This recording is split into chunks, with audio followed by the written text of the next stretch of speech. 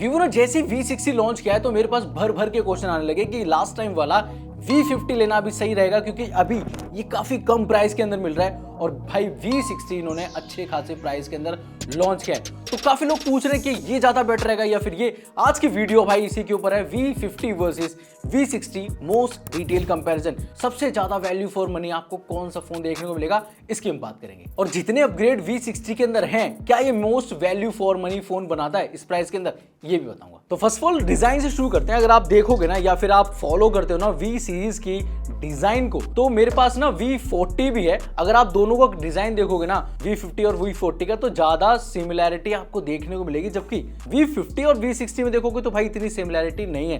Design बिल्कुल change कर दिया गया है। तो हाँ, सबसे पहला जो फैक्टर है ना डिजाइन, वो बिल्कुल चेंज है। V50 के अंदर आपको ग्लास देखने को मिलता था और वो चीज यहाँ पर भी बरकरार है V60 के अंदर, लेकिन यहाँ पर थोड़ा सा मैं कहूंगा कि ग्लास जैसा लगता था ये, मतलब यहाँ पर स्टारी ब्लू जो कलर दे रखा भाई, ये प्रॉपर एक ग्लास जैसा फील देता है। और यहाँ पर भी ग्लास है, लेकिन ऐसा लगता है कि भाई ये कुछ प्लास्टिक जैसा यूज कर रखा है। बाकी दोनों के अंदर जो फ्रेम्स हैं वो आपको प्लास्टिक देखने को मिलेंगे। वेट वगैरह की बात करूँ तो लगभग आपको सेम देखने को मिलेंगे, लेकिन डिस्प्ले के अंदर थोड़ा बहुत फर्क है, वरना एकदम सेम डिस्प्ले मिलती है। मैं बताता हूं आपको। अगर आप सबसे पहले नजर मारोगे ना, तो ये दोनों ही डिस्प्ले क्वाड कर्व डिस्प्ले के साथ आती हैं। अब यहाँ पर हल्की हल्की कर्व है और ये फुल कर्व नहीं है। और इसके बाद अगर साइज की तरफ देखोगे तो बहुत माइनर सा डिफरेंस आपको मिलेगा। यहाँ पर आपको 6.67 इंच की डिस्प्ले मिलती है, जबकि यहाँ पर आपको 6.77 इंच की डिस्प्ले मिलती है V60 के अंदर, यानी कि बहुत थोड़ी सी बड़ी आपको देखने को मिलेगी। बाकी यहाँ पर और कोई बड़ा डिफरेंस नहीं है। हाँ, यहाँ पर जो पीक ब्राइटनेस है उसके अंदर जरूर एक डिफरेंस आपको देखने को मिलेगा। यहाँ पर आपको 4500 निट्स मिलती थी, यहाँ पर आपको V60 के अंदर 5000 निट्स दे दी गई है। बाकी जो स्पेक्स हैं वो आप स्क्रीन पर देख ही पाओगे, मुझे ऐसा कोई बड़ा फर्क लगा नहीं। इवन आप जब कंटेंट वगैरह देख रहे हो तो वहां पर भी आपको ऐसा बड़ा कोई अपग्रेड नहीं देखने को मिलेगा। और यहाँ पर आप गेमिंग कर लो या फिर कुछ और भी आप कर लो या फिर स्क्रॉल कर लो, ऐसा कोई भी बड़ा फर्क नहीं है दोनों के अंदर। इवन स्पीकर्स की बात करना चाहूंगा, यहाँ पर आपको ड्यूल स्टीरियो स्पीकर दोनों फोन्स के अंदर मिलते हैं और वहां पर भी ऐसा कोई मेजर अपग्रेड नहीं है। लेकिन जब परफॉर्मेंस की बात मैं करूंगा ना, तो हाँ भाई फर्क है, यहाँ पर अपग्रेड है V60 के अंदर। चलो बात करते हैं। अगर V50 को देखोगे ना, तो यहाँ पर आपको 7 Gen 3 मिलता था और उसके साथ UFS 2.2 और उसके साथ यहाँ पर LPDDR4X रैम आती थी। लेकिन अगर आप नए वाले के अंदर देखोगे ना भाई V60 के अंदर, तो ये 7 Gen 4 हो चुका है, UFS वही है और उसके साथ LPDDR4X रैम ही देखने को मिलती है। लेकिन क्या अपग्रेड हुआ है? जैसे अगर आप स्कोर्स की बात करो, नंबर्स की बात करोगे, तो यहाँ पर पहले V50 के अंदर आपको स्कोर्स 8 लाख के आसपास देखने को मिलते थे, जो कि बढ़ के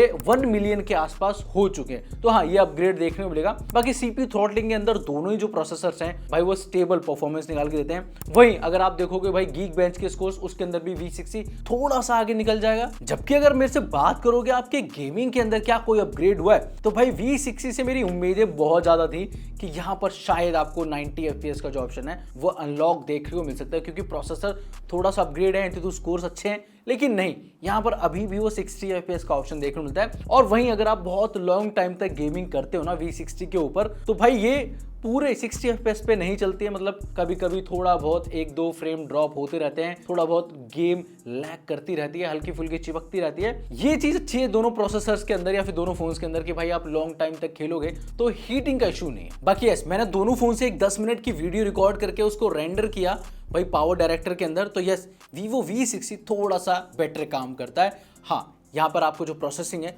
उसके अंदर V60 थोड़ा आगे निकल जाएगा। इसके बाद बैटरी की बात करते हैं। अगर आप दोनों फोन्स को देखोगे ना साइड बाय साइड, तो भाई ऐसा कोई बड़ा डिफरेंस नहीं है दोनों के, मतलब मैं कहूंगा कि मोटाई में, विड्थ में। लेकिन यस, बैटरी के अंदर भी अपग्रेड है। अब वो बहुत बड़ा अपग्रेड नहीं है, लेकिन अपग्रेड है। यहाँ पर आपको 6000 mAh की बैटरी मिलती है, यानी कि V50 के अंदर, और V60 में ये 6500 mAh की हो चुकी है, यानी कि 500 mAh बढ़ चुका है। अब स्क्रीन ऑन टाइम की मेरे से बात करोगे तो ऐसा कोई बहुत मेजर डिफरेंस नहीं आएगा। 1 से 1.5 घंटे का आपको मेजर डिफरेंस देखने को मिलेगा, बाकी और कोई बड़ा डिफरेंस नहीं है। भाई ये भी स्क्रीन ऑन टाइम अच्छा दे रहा था, हम इसको भी बहुत लॉन्ग टाइम तक यूज कर चुके हैं और ये तो भाई बढ़िया दे ही रहा है। एक चीज और मैं बात करना चाहूंगा दोनों फोन्स के हैप्टिक्स के बारे में, और ये दोनों ही फोन वीवो की तरफ से आते हैं। और हमने एक चीज नोटिस करी कि वीवो की इस सीरीज के अंदर इतने कोई बढ़िया हैप्टिक्स नहीं आते। मतलब चाहे आप ऑन ऑफ कर लो फोन को, वहां पर थोड़े बहुत देखने को मिल सकते हैं, इसके अलावा कहीं और नहीं आते। जैसे आप स्क्रॉल कर रहे हो या फिर आप ब्राइटनेस को कम ज्यादा कर रहे हो या फिर कुछ और काम कर रहे हो, वहां पर हैप्टिक्स आपको इतने कोई मेजर नहीं फील होते, जो कि मुझे लगता है कि थोड़ा अपग्रेड की जरूरत है और होने भी चाहिए। और नेक्स्ट नेक्स्ट जो अपग्रेड है ना वो एंड्रॉइड ओएस में आपको देखने को मिलेगा और यहाँ पर भाई सच में अच्छा काम करा है V60 में। देखो यहाँ पर अभी तक दोनों फोन्स एंड्रॉइड 15 पे ही आते हैं, साथ में यहाँ पर आपको V50 के अंदर 3+ में 4 ईयर के ओएस अपडेट मिलते थे, लेकिन इस बार यहाँ पर V60 के अंदर ये 4+ में 6 ईयर के ओएस अपडेट हो गए। डेफिनेटली बोलूँगा भाई ये अच्छी चीज़ है कि आपने 4+ में 6 ईयर के ओएस अपडेट कर दिया, क्योंकि काफ़ी जो ब्रांड है अभी भाई 2+ में 3 चल रहा है और कुछ जो थोड़ा बहुत सही कर रहे हैं वो 3+ में 4 कर रहे हैं, लेकिन यहाँ पर थोड़ा और बेटर मिल गया है 4+ में 6। लेकिन अच्छी बात यहाँ खत्म हो जाती है कि दोनों के अंदर भाई एड्स या फिर नोटिफिकेशन बहुत ज़्यादा आती है, ब्लोटवेयर आपको बहुत ज़्यादा देखने को मिलता है। जब भी आप फोन को सेटअप कर रहे होगे तो भाई वहां पर आपको बहुत सारे रिकमेंडेशन आते हैं, उनको ऑफ करना पड़ेगा और इन सबको भाई बंद कर सकते हो आप इंस्टॉल करके। साथ में ड्यूल एप्स का ऑप्शन या फिर ऐप लॉक का ऑप्शन या फिर कॉल रिकॉर्डिंग जैसे फीचर इन दोनों फोन्स के अंदर आते हैं। और AI के ना कुछ नए फीचर भी आ गए हैं वैसे V60 के अंदर, जो V50 में नहीं है, लेकिन मैं एक्सपेक्ट कर रहा हूं कि वो V50 में भी आने चाहिए और X200 जो सीरीज है उसके अंदर भी आने चाहिए, क्योंकि काफी लोग पूछते हैं कि भाई ये फीचर आएंगे या फिर नहीं आएंगे, जो कि X200 FE में भी थे। सबसे पहले जो फीचर्स हैं मेरे को जो अच्छे लगे वो है AI एक्सपेंशन का फीचर आ गया है। आप अपनी क्रॉप इमेज को भाई एक्सटेंड कर सकते हो, ये अच्छा फीचर लगा। AI कॉल ट्रांसलेशन का फीचर आ गया जो कि ठीक है, और यहाँ पर आपको AI असिस्टेंट भी मिलता है, ये भी फीचर बढ़िया है। बाकी AI पोर्ट्रेट्स जो कि 4 सीजन वाले हैं, जिसके अंदर आप मतलब नॉर्मल यहाँ पर जैसे ये हिमायू टॉम है भाई, वहां पर भी फोटोज क्लिक करी थी, इसने भाई उसको अलग अलग सीजन के अंदर चेंज कर दिया, ये भी एक बढ़िया फीचर लगा मुझे। तो ये एक अपग्रेड था, लेकिन अब बात करते हैं मेन अपग्रेड की जिसका आप सभी इंतजार कर रहे हो, वो है भाई कैमरा सेक्शन। अब यहाँ पर अगर आप V50 के अंदर देखोगे तो 2 कैमरास आपको देखने को मिल जाएंगे, मतलब 50-50 मेगापिक्सल के 2 कैमरास आते थे, लेकिन भाई इस बार इन्होंने भाई क्या डिफरेंट मचाई दिया है, मतलब 2 और प्लस में एक 8 मेगापिक्सल का अल्ट्रा वाइड भी दे दिया है। साथ में सेल्फी कैमरा 50 मेगापिक्सल का वही सेम मिलता है लास्ट ईयर वाला। और यहाँ पर अगर मैं बात करूँ तो भाई चीजें चेंज हुई हैं। चलो बात करता हूँ। तो सबसे पहले अगर आप अल्ट्रा वाइड पे फोटो क्लिक करोगे ना तो V50 ज्यादा बेटर निकाल के देगा एज कम्पेयर टू V60 के मुकाबले।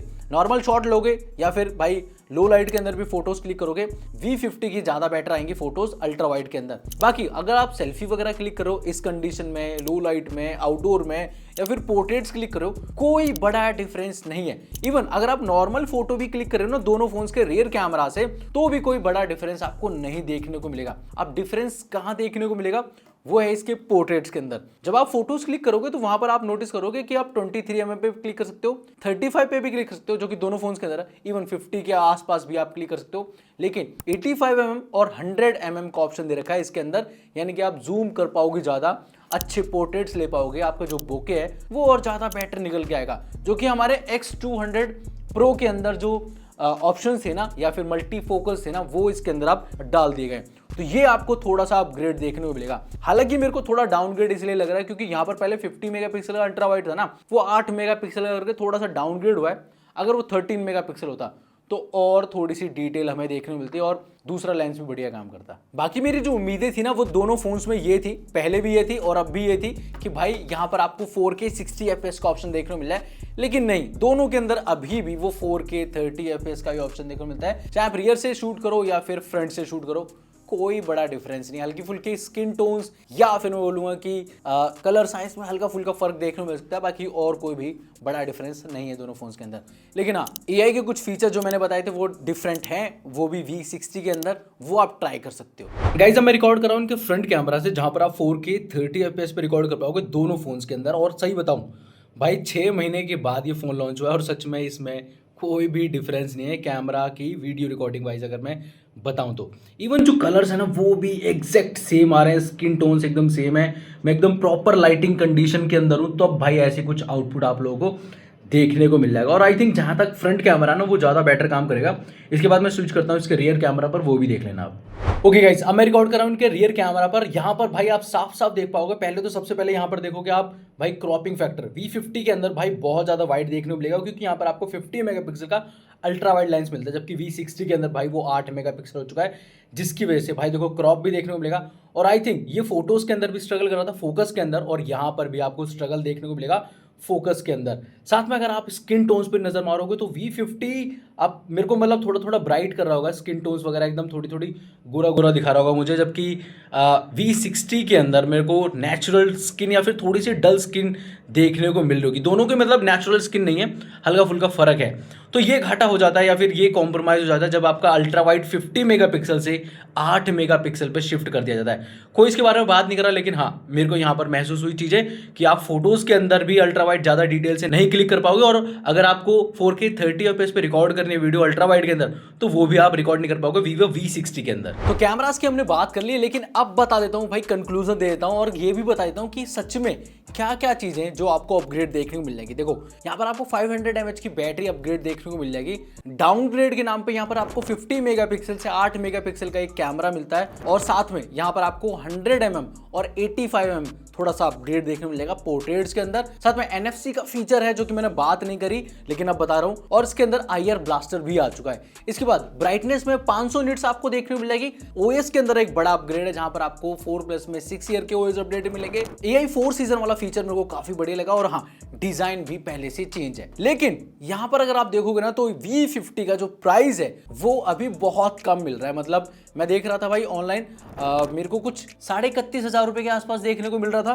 तो बहुत, अगर आपका बजट टाइट है और आपको सेम फीलिंग लेनी है तो डेफिनेटली बोल सकता हूं कि हाँ भाई ये भी फोन काफी तगड़ा है अभी। लेकिन अगर आपको सच में अपग्रेड चाहिए, ये सारे AI फीचर वाले या फिर बैटरी में थोड़ी इंप्रूवमेंट, इसके साथ साथ IR ब्लास्टर, NFC और कैमरास के अंदर जो अपग्रेड है ना, वो डेफिनेटली बोलूंगा भाई यहाँ पर आपको देखने मिलेंगे V60 के अंदर, और एक थोड़ा सा रिफ्रेश डिजाइन भी है। लेकिन मेरी एक्सपेक्टेशन भी थी कि भाई V60 के अंदर थोड़े अपग्रेड और हो सकते थे, जैसे कि UFS स्टोरेज भाई 2.2 से 3.1 हो सकता था। साथ में जो अल्ट्रा वाइड आपने डाउनग्रेड किया है भाई उसको थोड़ा सा मैनेज कर सकते थे, वो 13 मेगापिक्सल भी हो सकता था। उसके साथ साथ यहाँ पर आपको 4K 60 का ऑप्शन मिल सकता था। गेमिंग के अंदर आप 90 FPS तक जा सकते थे, लेकिन ये सारी चीजें नहीं हो पाएंगी क्योंकि भाई इनका एक T3 अल्ट्रा भी एक फोन होता है। अगर ये सारे फीचर इसमें दे देंगे तो भाई उसे कौन खरीदेगा, उसकी सेल यहाँ आ जाएगी। तो डेफिनेटली देखो सब कुछ नहीं मिल पाएगा।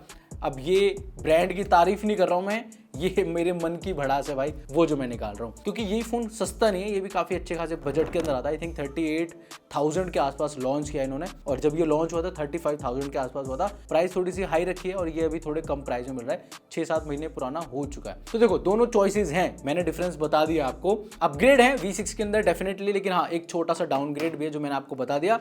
दोनों के जो बाय लिंक है वो डिस्क्रिप्शन में मिल जाएंगे, और आपको कौन सा बेटर लग रहा है ये आप कमेंट बॉक्स में जरूर बताना। बाकी इस तरह की वीडियो अच्छी लगी तो प्लीज वीडियो को लाइक जरूर कर देना, चैनल पे पहली बार आए तो सब्सक्राइब कर देना। मैं मिलूंगा आपसे एक और नेक्स्ट वीडियो के अंदर।